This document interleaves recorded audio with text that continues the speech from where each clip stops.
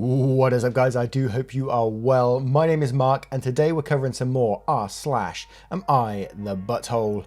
If you want to skip the initial waffle, timestamps are in the description and along the timeline below. But if you are new here, please consider hitting that like, that subscribe and maybe that notification bell too. And yesterday we had 6 new members. What is going on right now? I swear this is like people trolling me or something. We had John Tremble, Brandy F, Jolly, Superboy A Gamer C, and Belladonna 1901. And of course Elcrid, who kindly rejoined. Thank you so much for your support. I can't tell you how much it means to me because it's just so incredible. And just thank you for everyone who's sitting there taking the time out of your day to sit there and listen to me. Thank you so much. And with that being said, let's get in to today's stories. Much love, guys. Our first story comes from Important Superb. Would I be the arsehole for not paying for my son's art college? I, 52 male, have one son, 70 male, and one daughter, 30 female. My daughter graduated from a local university with a master's degree in business and has a small startup that has grown quite tremendously. She is engaged and the major breadwinner in a relationship, which makes me quite proud. My son, on the other hand, he is less academically interested. Throughout high school, he wanted to take only art and music courses. I didn't allow him to, and unfortunately had to resort to the my house, my rules. However, he says now that he's going to uni, he doesn't have to listen to me, and that he'll move out to one of his friends if I try the my house, my rules crap, as he calls it. He says that he's going to an art uni, and that he has already sent out applications to several, and gotten offers. So I did the only thing I could, revoking my offer of paying for his university. It breaks my heart, but I feel like I have no choice. I told my son that either he gets a degree that will enable him to have a good chance at getting a job he can live off of, or he can find some other way to pay. My son was understandably pissed when I told him this. He called me a shitty father and stormed off to his room. Before you flood the comments with "you're the arsehole," hear out my reasoning. I did the same thing my son wants to do, got an art degree, against the wishes of my parents. I was young and excited, but it was not to be. Art and music weren't paying my bills, and I got into astronomical debt. Then I was evicted from my apartment, and I was homeless for a year. I had to drag myself back to my parents and beg them to pay for me to go to uni again, this time to get a business degree. I got one, graduated again, and got an office job, and worked hard until I got promotions. Then I met my late wife, and we had the kids. So you see, I don't want my son to make the same mistakes I did. I want him to be able to hold his head high, knowing he can pay his own way and start a family if he so pleases. I don't want to be controlling, but he needs to put his head on straight and do what's best for him. So Reddit, am I the arsehole for this? Edit, I never explicitly said I wouldn't pay for an art major, but I have told him his entire life that becoming an artist is a very unstable industry that relies heavily on luck and connections. I also never promised that I would pay for his school, it was always just assumed. Edit, I've tried compromising. He can have an art minor or take private classes, so as long as he majors in something else. He declined. Now, we do have an update to this post as well, so we're going to read the comments straight away on this one, and then go straight to the update. Narnia is Real says, "You're the arsehole, you're controlling and it sounds like you've been this way for a long time. It doesn't matter that you failed at your art career, maybe he'll succeed, maybe he'll fail, but being forced to study something he has no interest in won't help him, and having to take on a bunch of debt to follow his dream also won't help him. You're in the process of destroying your relationship with your son just because you think your limited life experience makes you the expert on everything." OP replies to this saying, "I can actually pay his way nearly entirely. He'll have very little debt, if any." To which Narnia replies again and says yes, and a job he hates and resents you for, or he'll defy you and go to art school anyway, making a huge debt, making his dream of succeeding as an artist even harder, and making him resent you, because you could have easily paid for it. N Hannon 87 says, "I love the end, I don't want to be controlling, but you are being very controlling. You're the arsehole, let him pursue his passion. If he fails and didn't listen to you, then he has to pay his own way. If this is how he wants to spend his one free try, then let him. And based on your wording, it sounds like you love your daughter more and show it. Be careful, because you may lose him either way." Wandering Mind 47 says, "You're the arsehole, your experience as a failed artist is worth sharing with him so that he can make an informed decision. And of course it's natural that you'd worry he might experience a similar path. But there are people who lose a fortune in the business world and didn't affect your willingness to pay for your daughter's business degree. As long as your son understands he gets one chance to spend the money you saved up for his university, if he chooses to spend it in art school, that's valid and an awesome choice. Artists rock. Now let's head on over to the update to see what happened there. The resolution. 2 months ago, I came home to my son packing his bags. He told me he was going to live with a friend until uni, and he was going to take out loans to pay since I wasn't going to. Despite my protesting, he left. Last week I got a call from him begging me to take him back. His friend's family was moving in with his friend and they no longer had a space for my son. To make matters worse, he hadn't been able to get loans. He'd been denied. He wouldn't be able to get into his uni of choice. He told me he accepted my terms since he had no other choice. Seeing him that heartbroken crushed me, so I did something I never thought I'd do. I relented and offered to pay for his art school, in full, no strings attached. He was jubilant. All I can say is you were right, Reddit. Just because I failed doesn't mean he will. He could be better than I was for all I know. Maybe at his school he'll meet people he can use as contacts, and I can try and use my clout to seek people who can help him. I can minimise his cost by letting him stay at home for the first few years after he graduates. And if he does fail, I can just send him through school again for a different degree. Thank you, Reddit. I owe you guys. Oh, and that almost brought me to tears. That he says, as soon as it said, seeing that heartbroken crush me, and then he says, I relented. Oh my word, that hit me right in the feels, that one. And I won't read further comments on this post because there's just a lot of praise for OP and giving him advice on like telling him to take marketing courses to get his presence known early on as he's studying. And it's probably the best way, to be quite honest. But I'm glad this ended on good terms in the end. What do you guys think about this story? Let me know in the comments below, and don't forget to vote on that poll in the description for story 1. And our next story is from Wi-Fi Guy. Am I the arsehole for not letting my neighbours use my Wi-Fi anymore? My Mail 26 internet is pretty shitty, let me start off by saying. Only works for one device. I got the cheapest plan because I started some online classes and I was only going to use it for that. My neighbours have a 13-year-old whose school is doing everything online. Before his class started, they asked me if they could use my Wi-Fi for his school during the day since I'm at work and my classes aren't until later on. I said yeah, and then the problem started. The first week I was having trouble logging into my classes and my laptop was being very slow. I checked my Wi-Fi and it was connected, so I didn't see the problem. I assumed maybe my neighbours were still connected and I went next door. Turns out my neighbours were using it to watch Netflix on their tablet and they apologised. These incidents kept on happening. On weekends when I would try to work on homework or submit assignments, my internet would be super slow and I'd have to walk over and ask them to stop using it. Every single time they'd act like they forgot they were using my Wi-Fi and say it wouldn't happen again. A few times I told them I was going to change my password. This was only supposed to be so their son could take his classes, not for them to watch movies or for their son to play video games online. They always swear they won't do it again, but then the same thing happens. The last straw was for me on Friday when I got home early from work because there was an assignment that needed to be submitted by 5. The assignment was mostly finished, I just needed to do some last minute edits and then submit it. When I got home the stupid Wi-Fi was lagging again and I got so angry. My time was wasted going next door, knocking for like 20 minutes because they weren't answering the door and telling them to stop using my Wi-Fi because I had work to do. They apologised for the millionth time because they didn't realise I was home early. Anyways, my assignment was not submitted by 5, so a few points were taken off. Not a lot, but I was still pissed off. That was it for me and I changed my Wi-Fi password, went to my neighbours and told them that their son was going to have to find another way to access his classes by Monday. They tried pleading with me because he needs the internet for his classes, but I already gave them too many chances. They came to my door on Monday after work and they asked if I had changed my mind. My neighbour said they had to drop their son off at his friend's house for his class and they said it was better for him to be at home. I told them I'm not letting it use it again since they're going to take advantage and I already gave them too many chances. His wife wasn't happy with this and said I'm ruining their son's education before they left. Was I an arsehole for that? If they'd just been using my Wi-Fi for their kid's school, we wouldn't have had any problems. But they kept taking advantage and I didn't know how else to make them stop. Oh my word, you should have changed that Wi-Fi password a lot sooner. Well, I wouldn't have given the password to begin with, to be quite honest.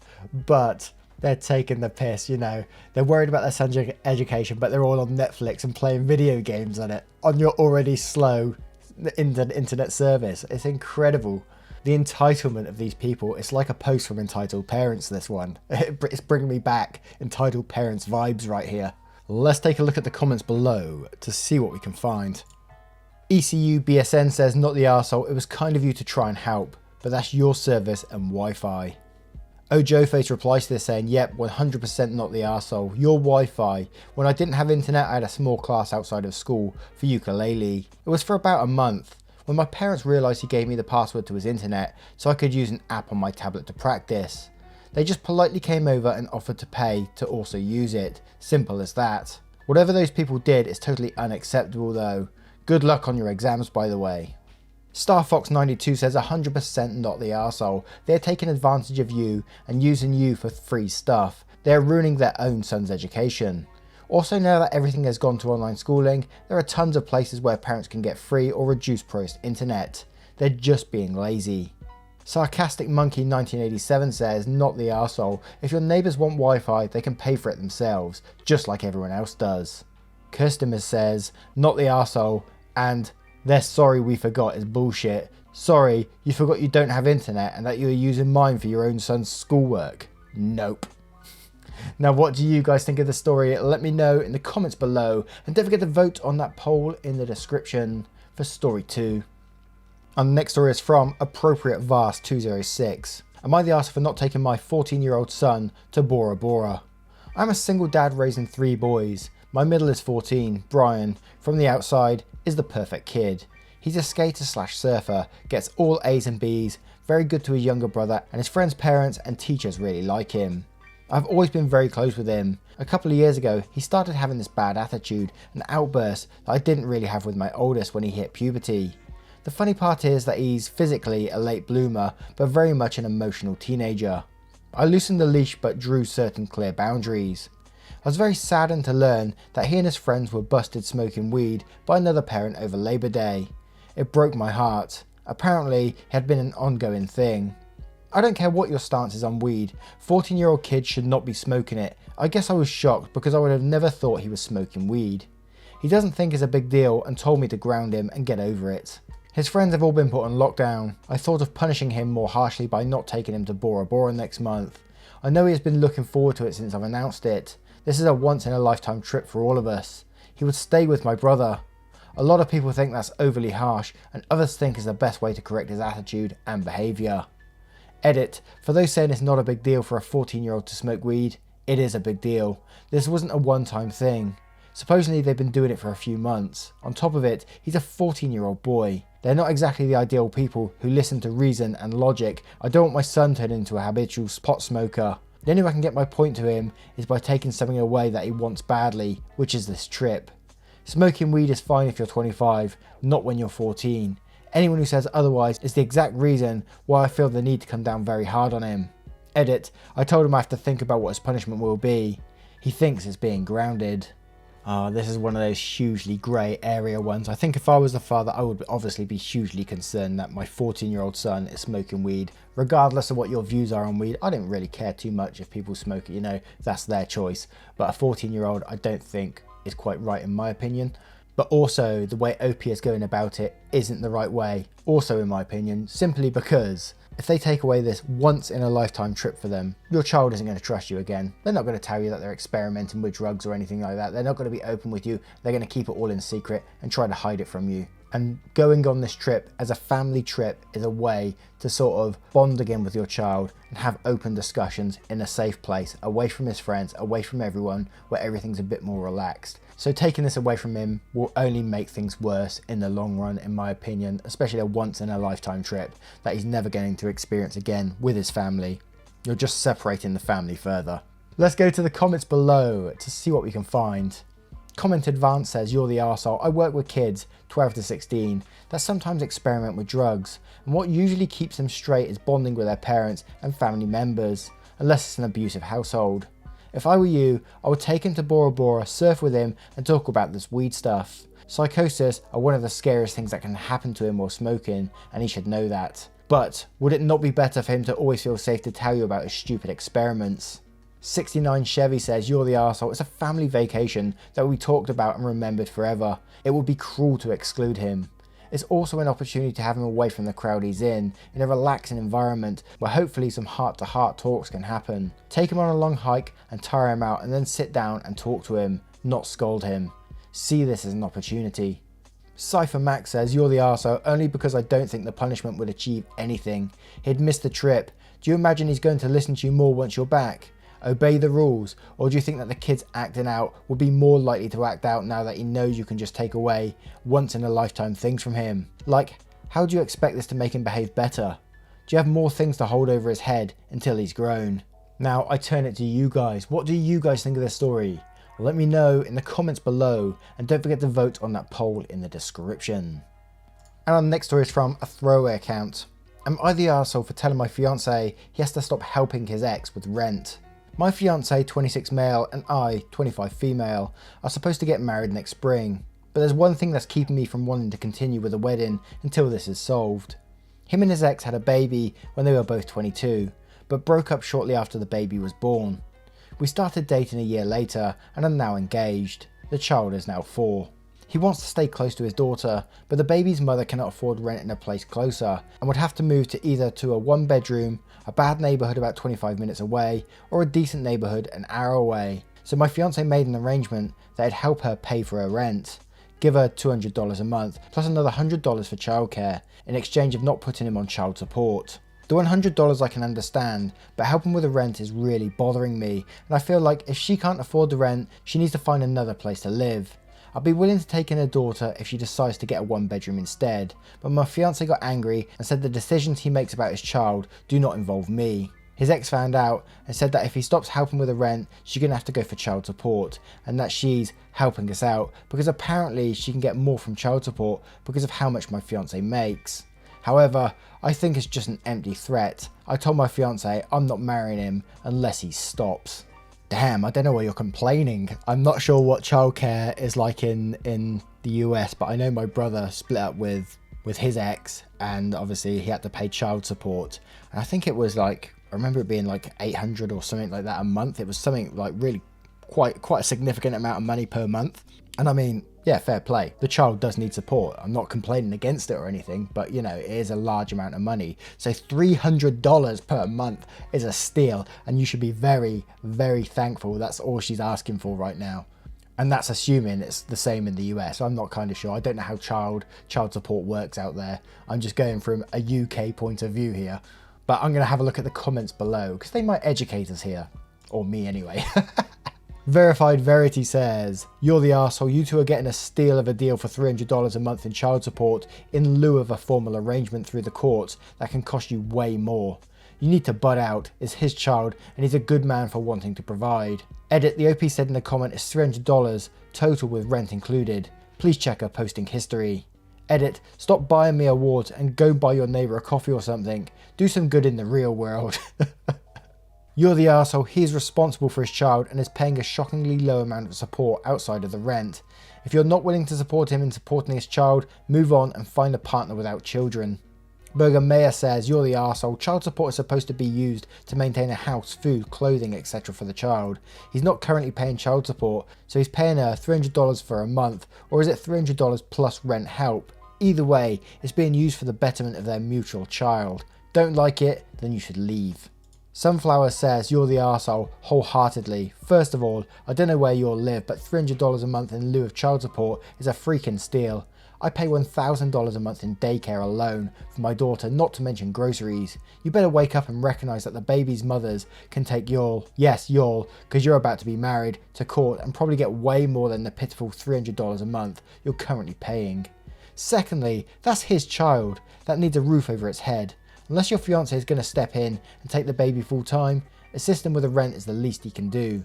You're such an arsehole for this. Your fiance should actually run because you're okay with this child and your future stepchild living on the streets or really far away, neither of which is ideal. Your opinions are truly reflected of you not being a mother. I hope you don't want kids yourself. Wow, went deep on that one. Now, let me know what you guys think of this story in the comments below, and don't forget to vote on that poll in the description for story 4. Once again, guys, thank you for being here today. You know, I truly, truly appreciate you. Thank you for being here, and I will see you in the next one. Take care, guys. Much love. Goodbye.